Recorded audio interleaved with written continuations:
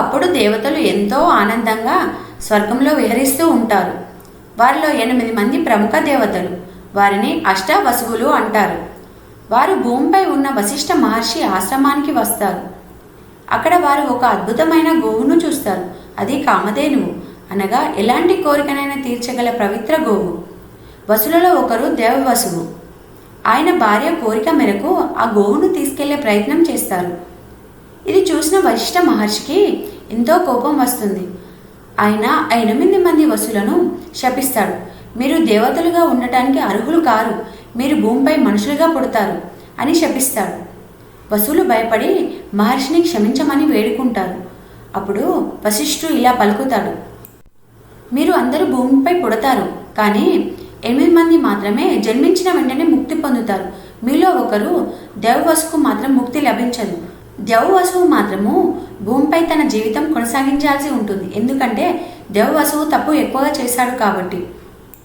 అలా శాపానికి గురి అయిన వసువులు గంగాదేవిని ప్రార్థించారు. గంగాదేవిని తమ అమ్మగా రమ్మని కోరుకున్నారు. గంగాదేవి వారి ప్రార్థనను ఆలకించి, నేను మీ అమ్మగా భూమిపై అవతరిస్తాను, మీరు పుట్టిన వెంటనే మిమ్మల్ని తిరిగి స్వర్గానికి తీసుకువస్తాను, కానీ దేవవసువు మాత్రం భూమిపై జీవించాల్సి ఉంటుంది. అలా గంగాదేవి భూమిపైకి వచ్చి రాజు శాంతాను వివాహం చేసుకుంటుంది. ఆమెకు కొడుకులు పుడతారు. ఒక్కొక్కరిని నదిలో వేస్తూ వారికి ముక్తిని కలిగిస్తుంది.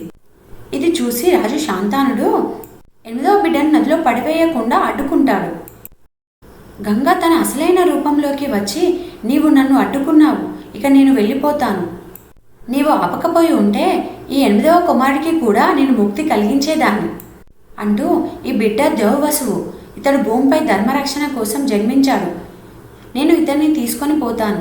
గరుడులు, దేవతలు, ఋషుల వద్ద శిక్షణ ఇప్పించి మళ్ళీ తిరిగి నీ వద్దకు పంపిస్తాను అని చెప్పి గంగాదేవి దేవవ్రతుడిని తీసుకువెళ్ళి వెళ్ళిపోయింది.